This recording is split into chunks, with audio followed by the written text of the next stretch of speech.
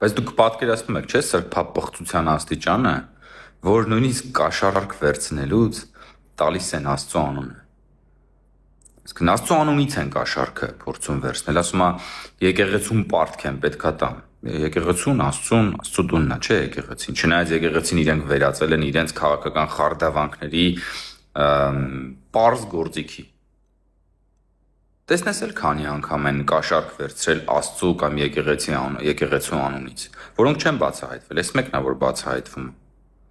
Քանի անգամ են կաշառք վերցրել եւ ամենաեղկելի հանցագործություններն արել, ասենք օրինակ ուրիշ սրբությունների անունից, ասենք օրինակ բանակի անունից, հայրենիքի անունից, զինվորի անունից, երեխաների անունից, Արարատի անունից, Էրգրի անունից, այս չեք դուք։ Դուք նույնիսկ կաշառք վերցնելուց ոտնատակ եք անում բոլոր սրբությունները ու հետո գալիս խոսում եք արժանապատվությունից։ Դուք արժանապատվություն չունեք։ Դուք ձեր արժանապատվությունը վաղուց արդեն աճուրդի եք դրել, վաճառել եք, վերավաճառել եք, առել ծախել եք։